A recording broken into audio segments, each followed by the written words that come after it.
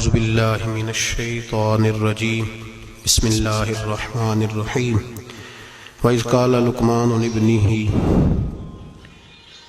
وَهُوَ يَعِظُهُ يَا بُنَيَّ لَا تُشْرِكْ بِاللَّهِ إِنَّ الشِّرْكَ لَظُلْمٌ عَظِيمٌ صدق اللہ العظیم وصدق رسولہ النبی الکریم ان اللہ وملائکتہ یصلون علی النبی یا ایہا الذین آمنوا صلوا علیہ وسلموا تسلیما الصلاۃ والسلام علیک یا سیدی یا رسول اللہ وعلی آلک واصحابک یا سیدی یا حبیب اللہ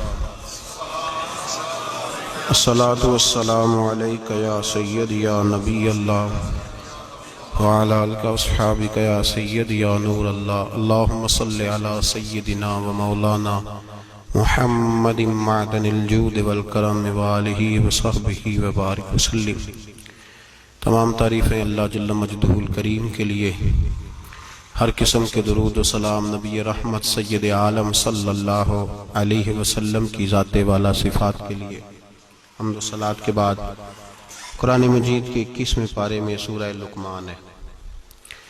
جناب لقمان علیہ الرحمہ نبی نہیں تھے، اللہ کے نیک بندے تھے۔ حضرت داؤد علیہ السلام کی انہوں نے صحبت پائی تھی۔ رنگ کالا تھا، ہونٹ موٹے تھے، لیکن اللہ تبارک و تعالی نے حکمت اور دانائی بڑی عطا فرمائی تھی۔ آپ کی اس حکمت اور امور خیر کی وجہ سے دور دراز سے لوگ آپ کی خدمت میں حاضر ہوتے تھے اور آپ سے اللہ تبارک و تعالی کی عطا کردہ حکمت اور دانائی سے فیض یاب ہوتے تھے۔ حضرت لقمان نے اپنے بیٹے کو کچھ نصیحتیں فرمائیں۔ اپنے بچے کو انہوں نے کچھ چیزوں کے بارے میں تربیت دی۔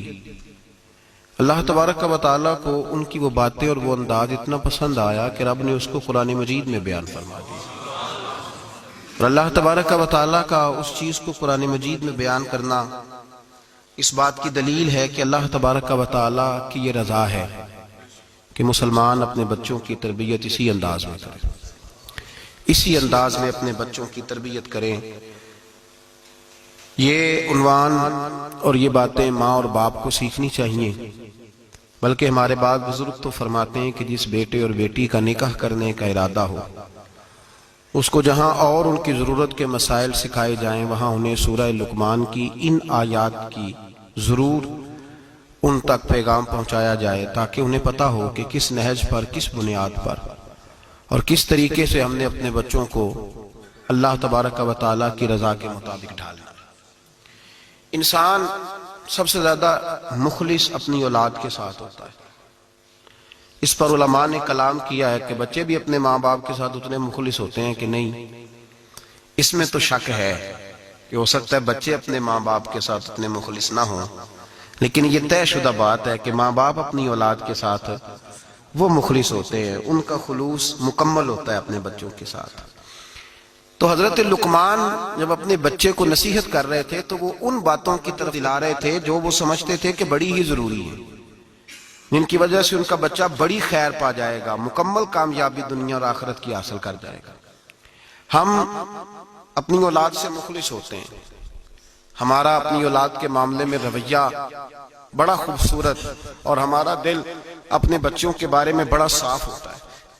ہم چاہتے ہیں کہ ہماری اولاد شجر سایہ دار بنے، دنیا میں وقار حاصل کرے، روزی بھی اللہ تبارک و تعالی شان والی عطا فرمائے، اللہ انہیں ہر لحاظ سے نواز دے۔ تو قرآن مجید ہمیں تربیت دیتا ہے، قرآن مجید ہمارے ذہنوں کی ذہن سازی فرماتا ہے کہ پھر تم اس طرح اپنے بچوں کو ڈھالو، اس انداز میں اپنی اولادوں کی تربیت کرو۔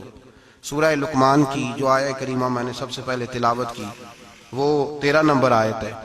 اللہ تبارک و تعالیٰ نے ارشاد فرمایا وَإِذْ قَالَ لُقْمَانُ لِابْنِهِ، جب حضرت لقمان نے اپنے بیٹے سے کہا، وَهُوَ يَعِظُهُ، اور وہ اپنے بیٹے کو نصیحت کر رہے تھے۔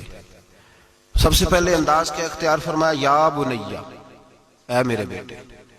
لفظوں میں حسن دیکھیے، اے میرے۔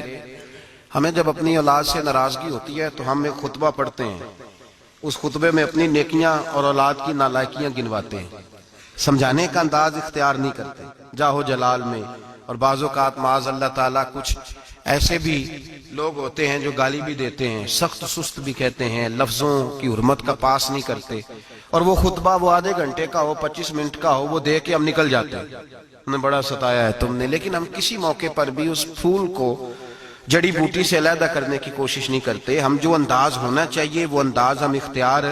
کب ایسا ہوا ہے کہ ہم نے بچے کو بلایا ہو, اس کو اپنی شفقت کی چادر کے نیچے بٹھایا ہو, پھر اس کو ہم نے نصیحت کی ہو؟